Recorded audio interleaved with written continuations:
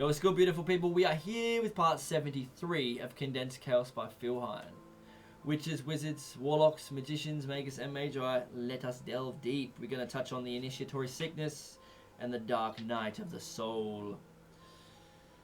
There are a wide variety of cults which do well in terms of converts, from young people who are in a period of transition, such as when leaving home for the first time, and who are attracted to a belief and value system that assuages their uncertainties about the world. Another one of the problems often experienced by those feeling the summons to journey is a terrible sense of isolation or alienation from one's fellows, the inevitable result of moving to the edge of one's culture. Thus, excitement at the adventure is often tinged with regret and loss of stability or unconscious participation with one's former world. Once you have begun the process of disentanglement from the everyday world, it is hard not to feel a certain nostalgia for the lost former life in which everything was seemingly clear-cut and stable, with no ambiguities nor uncertainties. A common response to the summons to departure is the journey into the wilderness, of moving away from one's fellows and the stability of consensual reality. A proto-shaman is likely to physically journey into the wilderness, away from the security of tribal reality. And though this is possible for some Westerners, the constraints of modern living usually mean that for us, this wandering in the waste is enacted on the plane of ideas, values, and beliefs, wherein we look deeply within and around ourselves and question everything, perhaps drawing away from social relations as well. Deliberate isolation from one's fellows is a powerful way of loosening the sense of having fixed values and beliefs, and social deprivation mechanisms turn up in a wide variety of magical cultures. The initiatory sickness. In shamanic cultures, the summons to journey is often heralded by a so-called initiatory sickness, which can either come upon an individual suddenly or creep slowly upon them as a progressive behavioral change. Western observers have labeled this state as a form of divine madness or evidence of psychopathology. In the past, anthropologists and psychologists have labeled shamans as schizophrenic, psychotic, or epileptic.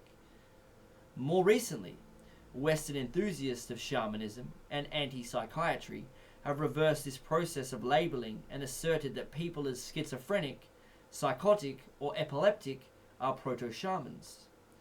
Current trends in the study of shamanism now recognize the former position to be ethnocentric. That researchers have been judging shamanic behavior by Western standards. The onset of initiatory sickness in tribal culture is recognized as difficult, but potentially useful at developing mental process. Part of the problem here is that Western philosophy has developed the idea of ordinary consciousness, of which anything beyond this range is pathological, be it shamanic, mystical, or drug-induced. Fortunately for us, this narrow view is being rapidly undermined.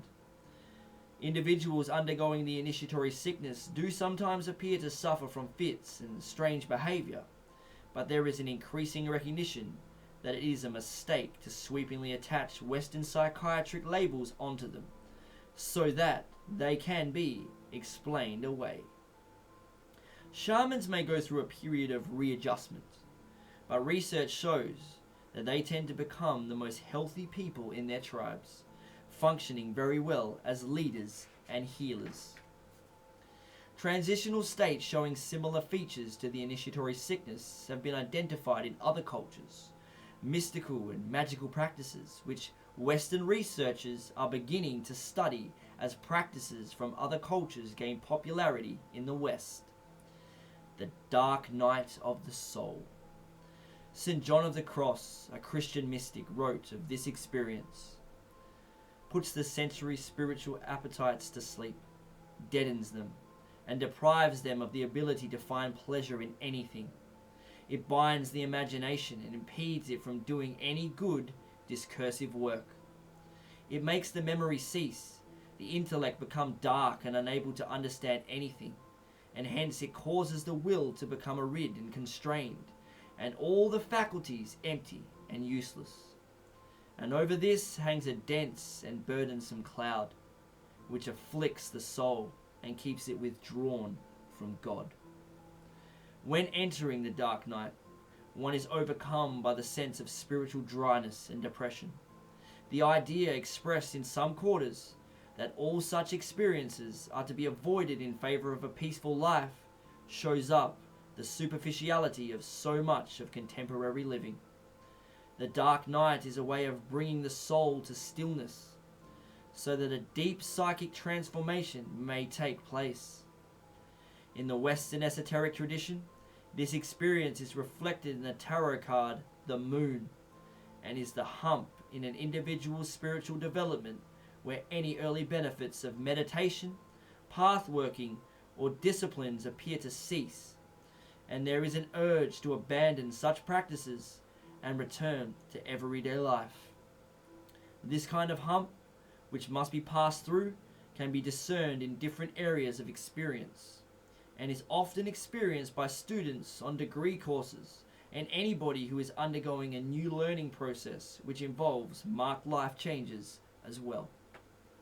We're going to stop it there, and we'll see you tomorrow for more Condensed Chaos.